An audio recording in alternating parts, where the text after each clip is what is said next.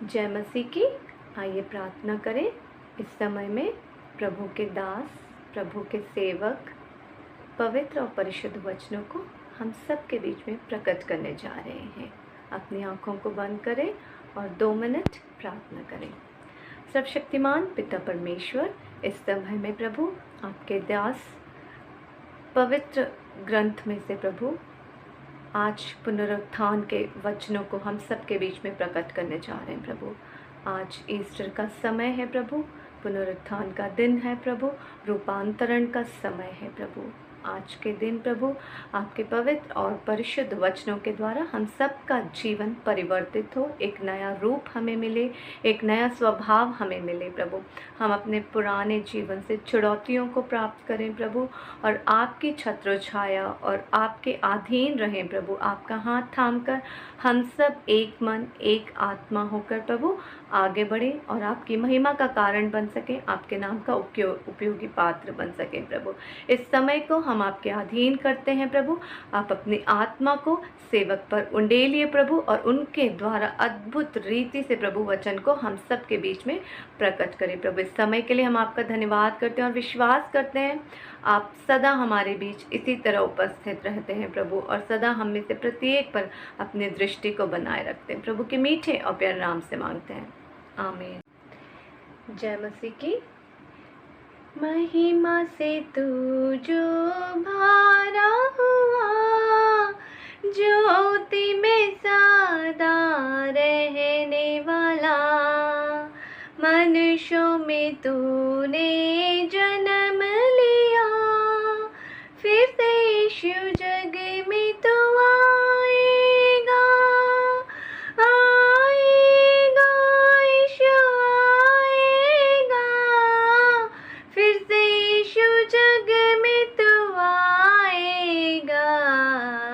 भूमि आकाश में समा ना सका, मंदिरों में तू रह ना सका, नम्र होकर चरनी में पैदा हुआ, मानों में हमारे घर तू बना, घर तू बना यीशु, घर तू बना, मानों में हमारे घर तू बना, खेमे में आकर तू ही बसा, लोगों को अपने लिए फिरा, अग्नि और बादल में तू ही दिखा, फिर से यीशु अपना जलवा दिखा, जलवा दिखा यीशु, जलवा दिखा, फिर से यीशु अपना जलवा दिखा। महिमा से तू जो भरा हुआ, ज्योति में सदा रहने वाला, मनुष्यों में तूने जन्म लिया, फिर से यीशु जग में तू आएगा, आएगा यीशु आएगा, फिर से यीशु जग में तू आएगा। दानियल की तूने प्रार्थना सुनी, एज्रा की तूने सहायता की, बाबुल में तूने बेदारी भेजी, अपने लोगों को फिर से दे रिहाई, दे रिहाई यीशु, दे रिहाई, अपने लोगों को फिर से दे रिहाई। महिमा से तू जो भरा हुआ, ज्योति में सदा रहने वाला, मनुष्यों में तूने जन्म लिया, फिर से यीशु जग में तू आएगा, आएगा यीशु आएगा, फिर से यीशु जग में तू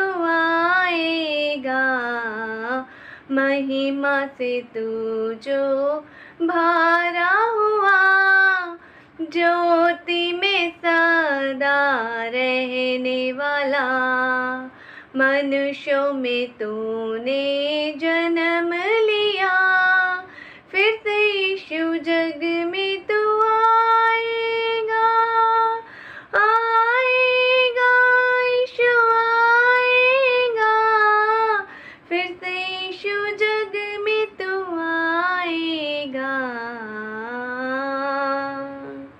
हालेलुया। प्रभु यीशु मसीह के नाम में आप सबको मेरा नमस्कार। आप सब लोग कैसे हैं? फिर एक बार आपके सामने इस प्लेटफॉर्म पे आने के लिए परमेश्वर ने जो सहायता किया है, मैं उसके लिए परमेश्वर का धन्यवाद देना चाहता हूं और आप सबको ईश्वर के बधाइयाँ। आइए हम वचन में पढ़ेंगे। वचन में पढ़ने से पहले परमेश्वर की सहायता मांगेंगे छोटी प्रार्थना के साथ। हमारे स्वर्गीय पिता परमेश्वर, हम तेरा धन्यवाद देते हैं सुंदर समय के लिए। हमारे प्यारे पिता परमेश्वर, तुझे इस प्रकार बुलाने का हक तूने हमें दिया, इसलिए हम तेरा धन्यवाद देना चाहते हैं। प्यारे प्रभु, हमने तेरे प्रिय पुत्र प्रभु यीशु मसीह का पुनरुत्थान के दिन को प्रभु जी आज हम मना रहे हैं, और जिन लक्षणों के द्वारा प्रभु जी तेरा प्रिय पुत्र इस दुनिया में फिर से मरण को हराकर, मौत को हराकर फिर से जी उठा, इसी प्रकार हम भी हमारे जीवन में भी प्रभु जी जब हम इस दुनिया को छोड़ देंगे तो हम लोग आशा रखते हैं, विश्वास करते हैं कि प्रभु जी हम तेरे चरणों में, तेरे आंखों के सामने फिर से आंखें खोले। और जो वचन आज तू हमसे बात बताने वाला है, जो तू हमसे बातें करने वाला है, इसके लिए हम तो धन्यवाद देते हैं। ये छोटी सी थी प्रभु यीशु मसीह के नाम से मांगता हूँ, सुनो प्यारे भाइयों और बहनों, आप सबको फिर एक बार ईस्टर की शुभकामनाएं। और इस प्रकार के ईस्टर जो हम हमारे जीवन में देख रहे हैं, ये कोई पहली बार हम लोग हमारे जीवन में नहीं बना रहे हैं, इसको हम लोग बहुत सालों से बनाते हुए आ रहे हैं। लेकिन मैं प्रार्थना करता हूँ और विश्वास करना चाहता हूँ कि आज का जो संदेश है और ये जो आज का दिन है, मैं आपके लिए एक रियली एक मिरेकल का दिन हो और आपके जीवन में प्रभु यीशु मसीह का पुनरुत्थान हम भी उसे ग्रहण करें और उस प्रकार का पुनरुत्थान हमारे जीवन में भी हो। आइए हम लोग वचन की ओर बढ़ेंगे। पौलुस प्रेरित फिलिपियों की पत्री को लिखता है। फिलिपियों की पत्री उसका 3 अध्याय पहले वचन से। फिलिपियों की पत्री पौलुस प्रेरित पौलुस जी फिलिपियों की पत्री को लिखते हुए उसके 3 अध्याय पहले वचन से मैं कुछ आपके लिए पढ़ना चाहता हूँ। इसलिए हे मेरे भाइयों, प्रभु में आनंदित रहो। वे ही बातें तुमको बार बार लिखने में मुझे कोई कष्ट नहीं होता, और इसमें तुम्हारी कुशलता है। कुत्तों से चौकस रहो और उन बुरे काम करने वालों से चौकस रहो, उन काट फूट करने वालों से चौकस रहो, क्योंकि घटना वाले तो हम ही हैं जो परमेश्वर की आत्मा की अगुवाई से उपासना करते हैं और मसीह यीशु पर घमंड करते हैं और शरीर पर भरोसा नहीं रखते। पर मैं तो शरीर पर भी भरोसा रख सकता हूँ। यदि किसी और को शरीर पर भरोसा रखने का विचार हो तो मैं उससे भी बढ़कर रख सकता हूँ। अपने बारे में पौलुस कहते हुए कह रहा है, 8वें दिन मेरा खतना हुआ। इज़राइल और बेन्यामीन के गोत्र का हूँ। इब्रानियों का इब्रानी, व्यवस्था के विषय में यदि कहो तो फारसी हूँ। कुत्सा के विषय में यदि कहो तो कलीसिया को सताने वाला, व्यवस्था की धार्मिकता के विषय में यदि कहो तो निर्दोष था। परंतु जो जो बातें मेरे लाभ की थी उन्हीं को मैंने मसीह के कारण हानि समझ लिया। वरन मैं अपने प्रभु यीशु मसीह की पहचान की उत्तमता के कारण सब बातों को हानि समझता हूँ, जिसके कारण मैंने सब वस्तुओं को हानि उठाई है और उन्हें कूड़ा समझता हूँ, जिससे मैं मसीह को प्राप्त करूँ। और उसमें पाया जाऊं, ना कि अपनी उस धार्मिकता के साथ जो व्यवस्था से है, वरन उस धार्मिकता के साथ जो मसीह पर विश्वास करने के कारण है।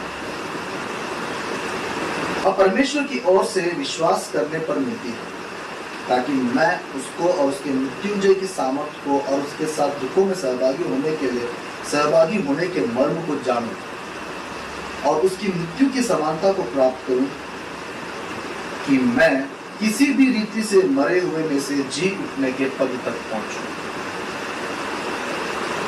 प्यारे भाइयों, फिलिप्पी की पत्री या फिलिपियों का शहर या फिलिपियों का जो कॉन्ग्रीगेशन है, प्रेरित पौलुस को बहुत ही चाहने वाला, प्रेरित पौलुस को बहुत ही अट्रैक्टिव लगने वाला एक कॉन्ग्रीगेशन है।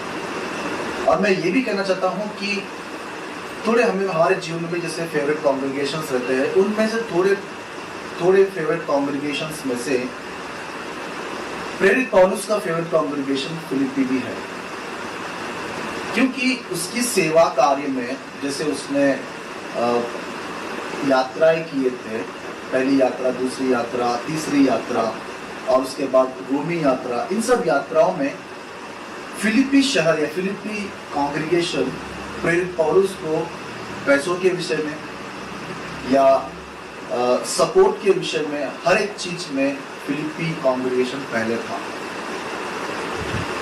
फाइनेंशियल हेल्प भी फिलिप्पी कॉन्ग्रीगेशन प्रेरित पौलुस को किया करती थी। इसलिए फिलिप्पी कॉन्ग्रीगेशन के ऊपर, फिलिप्पी संघ के ऊपर प्रेरित पौलुस का बहुत ही अधिकार था। इसलिए फिलिप्पी पत्री को अगर हम पढ़ते हैं तो वो अपने बारे में बताते हुए जिस प्रकार का नेचर उसका प्रीवियस था, प्रभु यीशु मसीह से पहचानक होने से पहले था, वो क्या था देखिए। 8वें दिन मेरा खतना हुआ, Philippi letter to Philippians 3rd chapter 5th verse।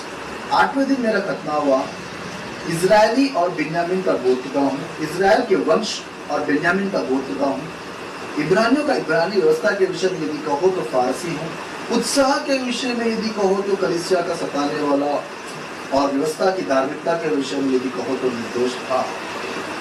ये इसका प्रीवियस बैकग्राउंड है। जब तक प्रभु यीशु मसीह को परिचय नहीं हुआ था, जब तक प्रभु यीशु मसीह के साथ उसका बातचीत नहीं हुआ था, तब तक वो कलीसिया को सताने वाला था। अगर उसके बारे में और हम देखेंगे, प्रेरित की पत्री उसका 9वां अध्याय एक्ट्स ऑफ अपोस्टल्स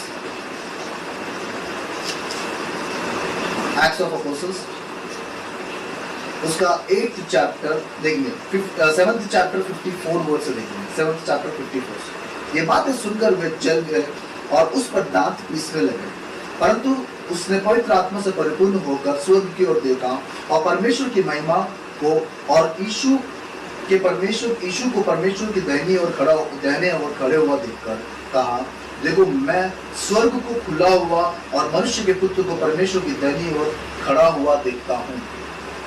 तब उन्होंने बड़े शब्द से चिल्लाकर कान बंद कर लिए और एक साथ उस पर झपटे और उसे नगर से बाहर निकालकर उस पर पथराव करने लगे। गवाहों ने अपने कपड़े शाऊल नामक एक जवान के पांवों के पास उतार कर रख दिए। वे स्तिफनुस के पर पथराव करते रहे और यह कहकर प्रार्थना करता वह स्तिफनुस पर पथराव करते रहे और वह यह कहकर प्रार्थना करता रहा, हे प्रभु यीशु मेरी आत्मा को ग्रहण कर। फिर घुटने टेक कर ऊंचे शब्द से पुकार कर कहा, हे प्रभु उन्हें यह पाप उन पर मत लगा, और यह कहकर वह सो गया। शाऊल उसके वध से सहमत था।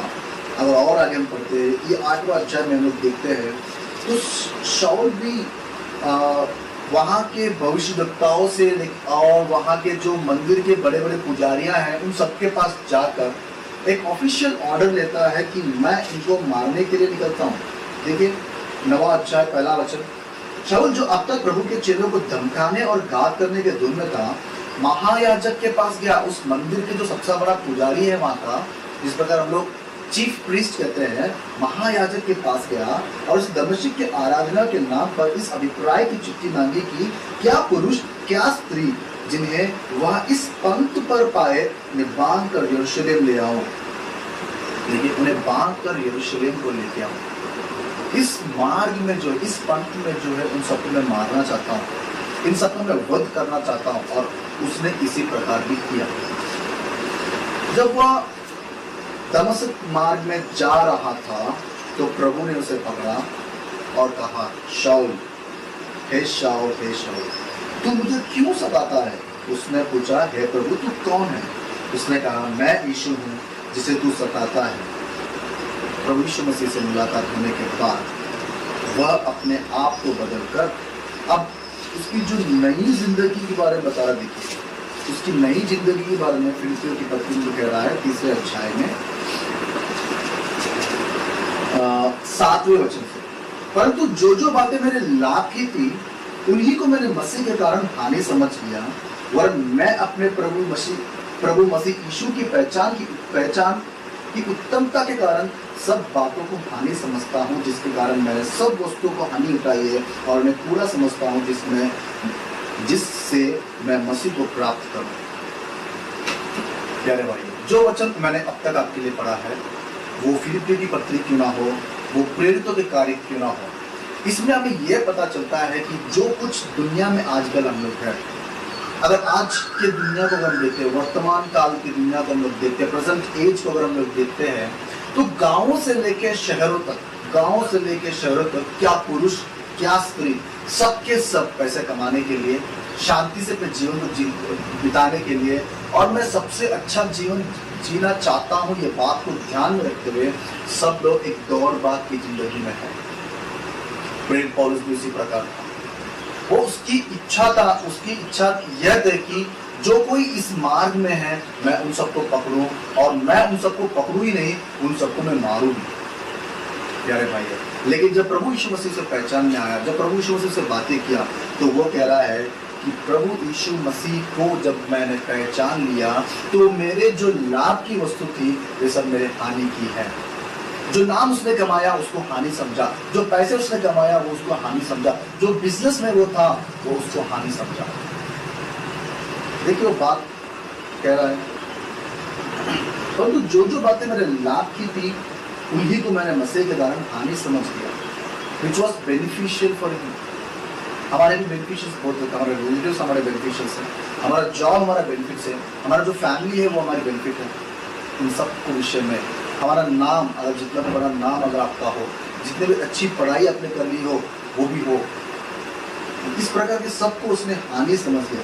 वरन मैं अपने प्रभु मसीह यीशु की पहचान की उत्तमता के कारण सब बातों को हानि समझता हूँ। मैं क्यों ये बता रहा हूँ, बता आपको बात, क्योंकि अब प्रेरित पौलुस अपने आप के जो भी नॉलेज था उसके पास, जो नॉलेज उसके पास उसने गेन किया था, मैं आपसे यह कहना चाहता हूँ ना कि वो एक बहुत ही पढ़ा लिखा इंसान था, हर प्रकार का ज्ञान उसके पास था। देखिए वो बताता है कि व्यवस्था के विषय में यदि कहो तो मैं फारसी हूँ, व्यवस्था का पूरा ज्ञान उसके पास था, लेकिन मसीह की पहचान की उत्तमता के कारण सब बातों को हानि समझता हूँ, जिसके कारण मैं सब वस्तुओं की हानि उठाई है और उन्हें पूरा समझता हूँ। इस दुनिया में जो कुछ उसने कमाया है, इस दुनिया में जो कुछ उसका है, इस दुनिया में जो कुछ जिसके ऊपर उसका अधिकार है, उन सबको वो पूरा समझ रहा है।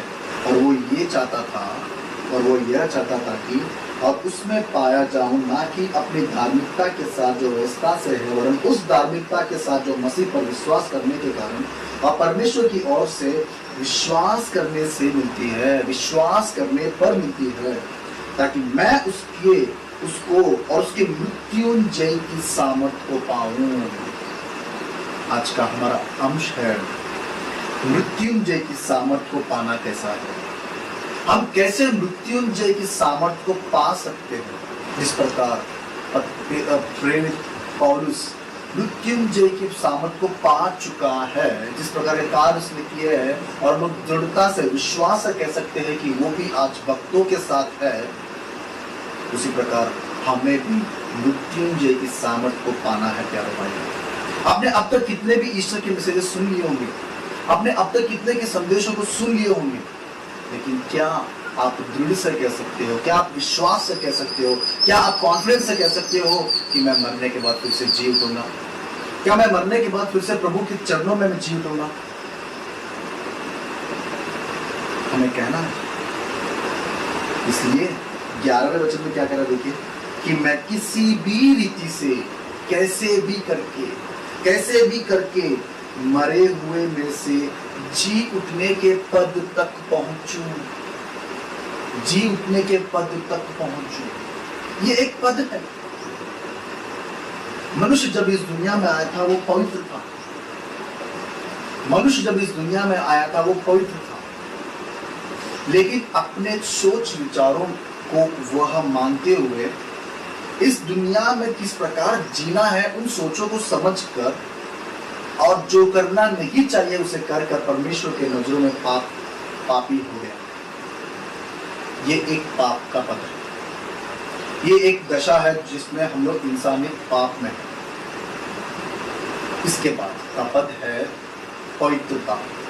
प्रभु यीशु मसीह को जब आपने स्वीकार कर लिया, अपने पर्सनल उद्धारकर्ता जैसे उसको स्वीकार कर लिया और पिता के नाम पे, पवित्र आत्मा के नाम पे, प्रभु यीशु मसीह के नाम में आपने बपतिस्मा लिया, तो आप पाप से पवित्र हो चुके हो। पाप से पवित्र होना ही नहीं बल्कि हमें पवित्र से सिद्धता की ओर चलना है। हमें सिद्ध बनना है। जब हम सिद्ध हो जाएंगे तो हम लोग मृत्युंजय के सामर्थ को पा सकते हैं।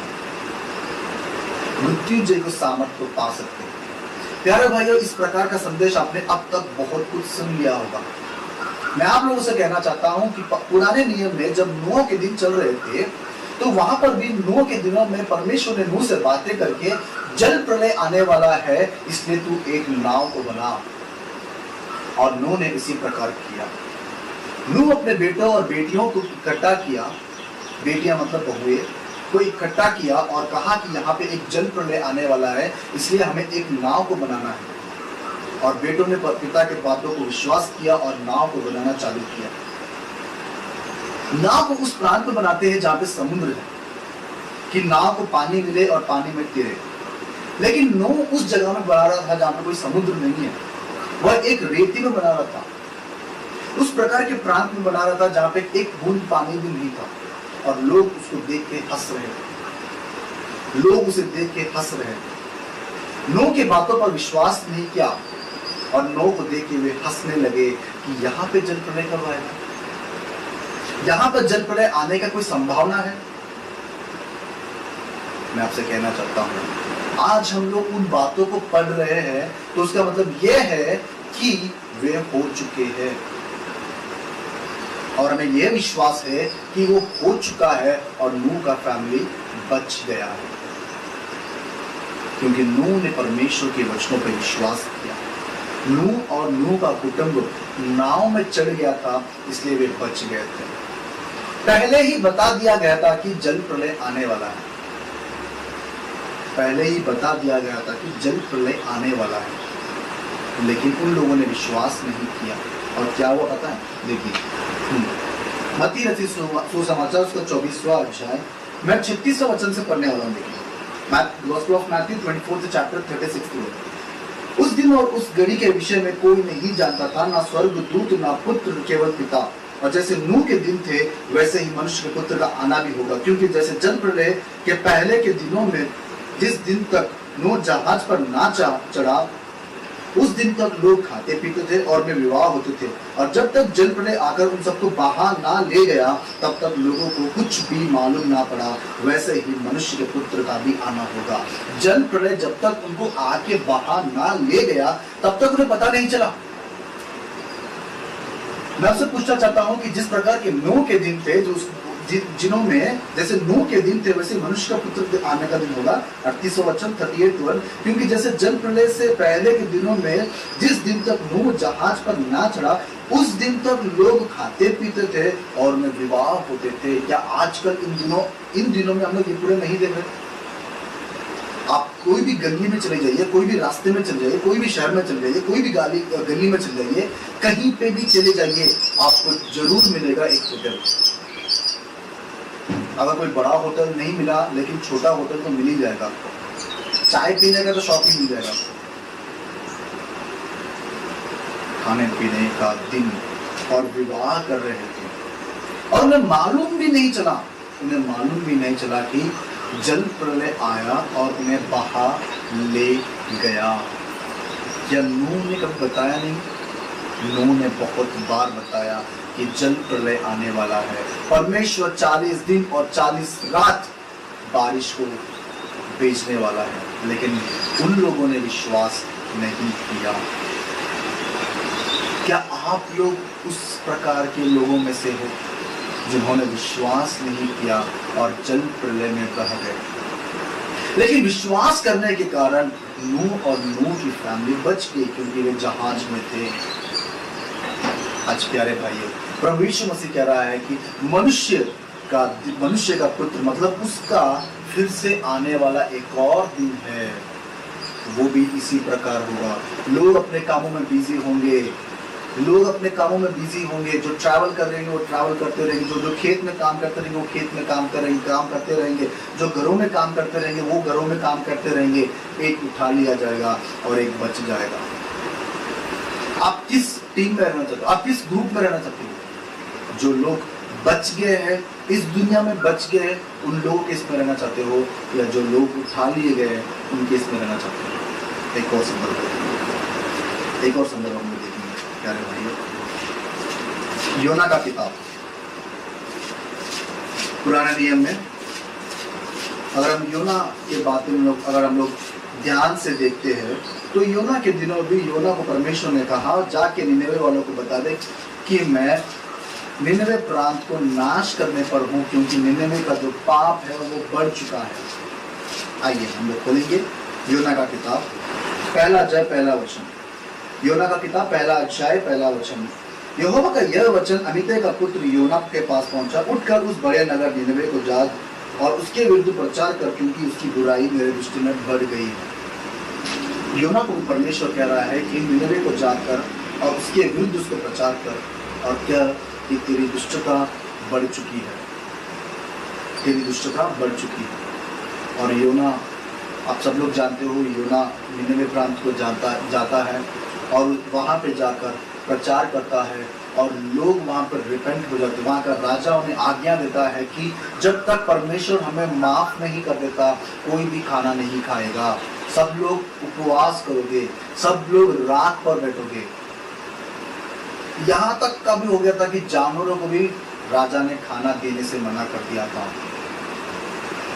राजा ने जानवरों को भी खाना देने से मना कर दिया था, और परमेश्वर ने अपने माइंडसेट को चेंज कर उनके रिपेंटेंस स्टाइल को चेंज देखकर परमेश्वर ने अपने मन में उनके प्रति एक प्रेम को जताया और उन्हें नाश करने से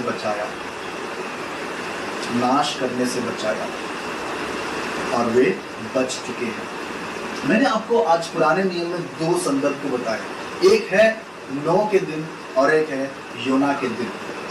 नूह ने बताया लेकिन लोग नहीं सुने, नूह ने बताया लेकिन लोग नहीं सुने, योना ने बताया और लोग सुने। नूह ने बताया तो लोग नहीं सुने, इसलिए वे मर चुके थे। योना ने बताया और लोग सुने, इसलिए वे जीवित रहे।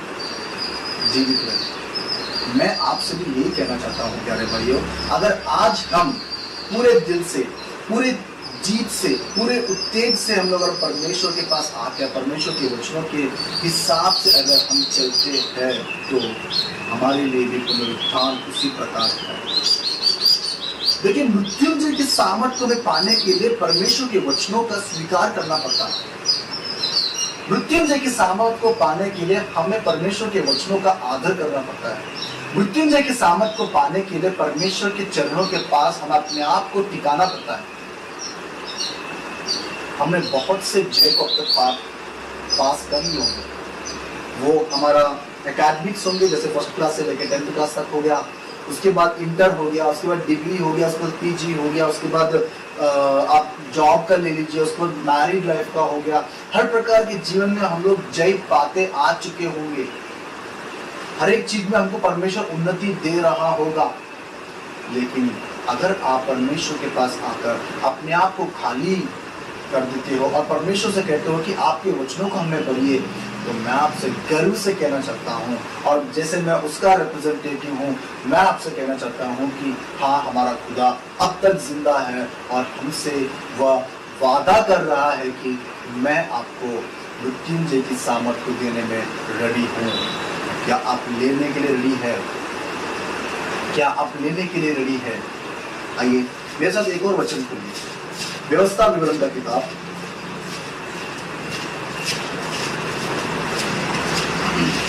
व्यवस्था विवरण का किताब, उसका 30वां अध्याय, Deuteronomy 30th chapter 15th word, Deuteronomy chapter 30 verse 15। सुनो, आज मैं तुमको जीवन और मरण, हानि और लाभ दिखाया है। मैंने तुम्हारे सामने रख दिया है। क्या क्या रखा है? जीवन को रखा है और मरण को रखा है, हानि को रखा है और लाभ को रखा है। तुम्हें क्या चाहिए? आजकल का जब मैरिजेस में जाते हो तो बफर सिस्टम रहता है, अपने मर्जी का खाना खाओ और जितना खाना है उतना खाओ, जितना खाना उतना खाओ। टेबल पे रखा रहता है सारे आइटम्स, वहां पे जाके हम लोग जितना भी चाहिए, जो कुछ हमें मर्जी है उसको खा सकते हैं। उसी प्रकार परमेश्वर भी देखिए हमारे सामने एक बफेट रहता है। उस बफेट में क्या क्या है? Life and death, life and death. उसके 19वें वचन में देखिए, उसी के 19वें वचन में, मैं आज आकाश और पृथ्वी दोनों को तुम्हारे सामने इस बात की साक्षी बनाता हूं कि मैंने जीवन और मरण, आशीष और शाप तुम्हारे आगे रखा है। इसलिए तू जीवन ही को अपना ले कि तू और तेरे वंश दोनों जीवित रहे। परमेश्वर की इच्छा भी यही है कि तू जीवन को अपना ले, तू जीवन को अपना ले, तू जीवन को अपना ले। तो प्यारे भाइयों, मैं आपसे विनती करता हूं कि आज आइए हम परमेश्वर के पास अपने सिरों को झुकाते हैं और परमेश्वर से विनती करते हैं कि प्रभु मुझे मृत्युंजय की सामर्थ्य को दे, मृत्युंजय की सामर्थ्य को दे। एक और कंडीशन जब हमें फुलफिल करना है वो है यूहन्ना रचित सुसमाचार उसका 70वां अध्याय, Gospel of John 17 चैप्टर 3 वचन से 3rd वर्स। और अनंत जीवन यह है कि वे तुझ एकमात्र सच्चे परमेश्वर को और यीशु मसीह को जिसे तूने भेजा है जाने। You have to know the real God and the Lord Jesus Christ is called eternal life, is called eternal life. जो कार्य तूने मुझे करने को दिया था उसे पूरा करके मैंने पृथ्वी पर तेरी महिमा की है। हमें जोर जोर से चिल्लाते hallelujah hallelujah, praise the Lord, प्रभु की स्तुति हो, प्रभु की स्तुति हो। अगर हम ये कह के परमेश्वर की आराधना कर रहे हैं तो प्यारे भाइयों, क्या इससे परमेश्वर सही में आनंदित हो रहा है? देखिए, आराधना का एक और ढंग, आराधना का मतलब परमेश्वर को महिमा करना, आराधना का मतलब परमेश्वर को महिमा देना। देखिए, भूमि पर जो कार्य तूने मुझे दिया था उसे करके मैंने पृथ्वी पर तेरी महिमा की है, पृथ्वी पर मैंने तेरी महिमा की है। अब है पिता, तू अपने साथ मेरी महिमा उस महिमा से कर जो जगत के सृष्टि से पहले मेरे साथ थी। It's a conditional blessing. प्रभु परमेश्वर भी पुत्र को अपने कंडीशन में इस दुनिया में छोड़ता है कि अगर तू जैसे मैंने तुझे बताया अगर तू वैसा ही करेगा तो मैं तुझे फिर एक बार वो महिमा दूंगा जो जगत के सृष्टि से पहले हमारे साथ थी। क्या हम लोग ये बात नहीं पूछ सकते परमेश्वर से? प्रभु जी, जो बात तूने मुझे करने के लिए दिया था, जो काम तूने मुझे बताया था करने के लिए, उन सबको मैंने पृथ्वी पर की है और करके मैंने पृथ्वी में तेरी महिमा की है। इसलिए अगर मैं मरता हूं तो मृत्युंजय की सामर्थ्य मुझे दी। मैं उस पद तक पहुंचूं कि मरूं तो जी उठूं सिर्फ तेरे चरणों पर, मरूं तो जी उठूं सिर्फ तेरे चरणों पर। इसलिए प्रेरित पौलुस का वचन मैंने आपको इसलिए दिखाया था, फिलिप्पी की पत्री 3 अध्याय 9 वचन 11 वचन, मैं किसी भी रीति से मरे हुए में से जी उठने के पद तक पहुंचूं, ये उसका प्रयास था, ये उसका प्रयास था। हमारा प्रयास क्या है? अगर आपका घर 1 बेडरूम का है तो 2 बेडरूम के लिए जिस प्रकार लोग ट्राई कर रहे हैं, अगर आपकी सैलरी 10,000 की है तो आप 15,000 के लिए जिस प्रकार प्रयत्न कर रहे हो, अगर आपका कार, आपके पास बाइक है तो कार के लिए प्रयत्न कर रहे हो। देखिए, हम लोग हमारे जीवन में भी एडवांसमेंट को लिए ट्राई करते हैं और हमारे जीवन में डेवलपमेंट के लिए भी ट्राई करते रहते हैं। इससे पहले हमारे पास जावा फोन्स थे, अभी हमारे पास टच फोन्स आ गया, एंड्रॉइड फोन्स आ गए। किस प्रकार लोग एडवांसमेंट के लिए बढ़ रहे हैं, डेवलपमेंट की ओर जा रहे हैं। स्पिरिचुअलिटी में अगर हम लोग डेवलपमेंट की ओर नहीं बढ़ रहे हैं तो हम लोग स्पिरिचुअली डेड हैं। पापी से हमें पवित्रता की ओर बढ़ना है, पवित्रता से हमें सिद्धता की ओर बढ़ना है, सिद्धता से हमें मृत्युंजय की सामर्थ्य को ग्रहण करना है,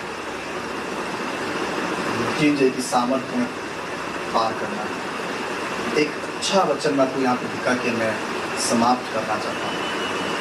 आइए इब्रानियों की पत्री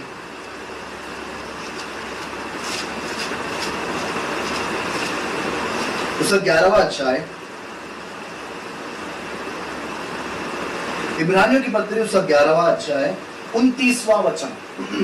letter to Hebrews 11th chapter 39th word. विश्वास ही के द्वारा इन सब के विषय में अच्छी गवाही दी गई है, तो भी उन्हें प्रतिज्ञा की हुई वस्तु ना मिली। क्या है प्रतिज्ञा की हुई वस्तु? वे ये है कि वे और प्रभु के चरणों तक अब तक नहीं गए, स्वर्ग को अब तक नहीं गए। किनके बारे में बता रहा है? 11 वचन में जो विश्वास के वीर हैं, अब्राहम से लेकर, अब्राहम नहीं, हेबेल से लेकर, हाबिल से लेकर, हाबिल से लेकर जितने भी लोग हैं, देखना उनका नाम पढ़ना चाहता हूँ। हाबिल है, हाबिल के बाद हनोक है, हनोक के बाद अब्राहम दिख रहा है, अब्राहम के बाद इसहाक दिख रहा है, यूसुफ दिख रहा है। इस प्रकार अनेक लोग यहाँ पे हमें दिख रहे हैं। लोग दिखने पर भी विश्वास की हुई वस्तु उन्हें नहीं मिली। क्योंकि परमेश्वर ने हमारे लिए पहले से एक उत्तम बात कराई है कि वे हमारे बिना सिद्धता को ना पहुंचे। क्योंकि परमेश्वर ने हमारे लिए पहले से एक उत्तम बात कराई है कि वे हमारे बिना सिद्धता की ओर ना पहुंचे। They are incomplete because of us. परमेश्वर ने किस किस को रोक के रखा है पता है? आपके लिए हाबिल को रोक के रखा है, अब्राहम को रोक के रखा है, इसहाक को रोक के रखा है, नूह को रोक के रखा है। इन सबको किसके लिए रोक के रखा पता है? आप सबके लिए, मेरे लिए। क्योंकि प्रिय पुत्र प्रभु यीशु मसीह फिर एक बार आने वाला है, और वो आने का समय किसी को भी नहीं पता, किसी को भी नहीं पता। वो सिर्फ आपको जागते रहो कहकर चला गया। आने का समय, जाने का समय उसके हाथ में नहीं है। आप लोग जागते रहिए, प्रार्थना में लगे रहिए, वचन में बढ़ते रहिए। मैं आपसे विनती करता हूँ, इस ईस्टर के दिन मृत्युंजय के सामर्थ्य को हम लोग पाएं। आइए हम सिर झुकाते हैं और परमेश्वर के पास आते हैं। प्रभु जी, आज तक मैंने बहुत से संदेश सुने और आज का संदेश भी मैंने सुना है प्रभु जी। इन सब संदेशों को प्रभु जी मैं मिलाना चाहता हूँ, और मैं पाप के दशे में अगर हूँ तो पवित्रता की ओर बढ़ूँ, पवित्रता में अगर हूँ तो मैं सिद्धता की ओर बढ़ूँ, और सिद्धता में अगर हूँ तो मुझे मृत्युंजय के सामर्थ्य को देखो। जो जीवन तूने मेरे सामने रखा है उस जीवन को तू मुझे दे। अगर मैं आज मरूँ या कल मरूँ, या तेरे प्रिय पुत्र को तू मेरे मरने से पहले अगर तू बेचता है तो मैं उसके साथ उठा ले जाऊँगा। आशा करता हूँ प्रभु जी मैं तेरे नजरों में हूँ, और मैं तेरे नजरों में एक अच्छे इंसान के तौर पर हूँ। हमारे प्यारे स्वर्गीय पिता परमेश्वर, हम पर धन्यवाद देते सुंदर समय के, जिस प्रकार तूने तेरे वचनों के द्वारा बताया है मृत्युंजय के सामर्थ्य को पाना मेरा अधिकार है, तो उसी प्रकार के मृत्युंजय के सामर्थ्य को पाने के लिए तू मेरी सहायता कर। वचनों के द्वारा तूने हमें दृढ़ किया, इसलिए हम तेरा धन्यवाद देना चाहते हैं। तेरे प्रिय पुत्र इस दुनिया में 2000 साल पहले आया, और हमारे लिए जिस प्रकार वह क्रूस पर बलिदान हुआ उसको हम लोगों ने याद किया, और फिर से 3 दिन के बाद जी उठकर मृत्युंजय को सामर्थ्य को पाया है, मृत्यु को जय किया है। उसी प्रकार हम भी कर सकते हैं। तो छोटी सी विनती प्रभु यीशु मसीह के नाम से मांगता हूँ, सुन और कबूल करो पिता, आमीन। आप सबको जय मसीह की।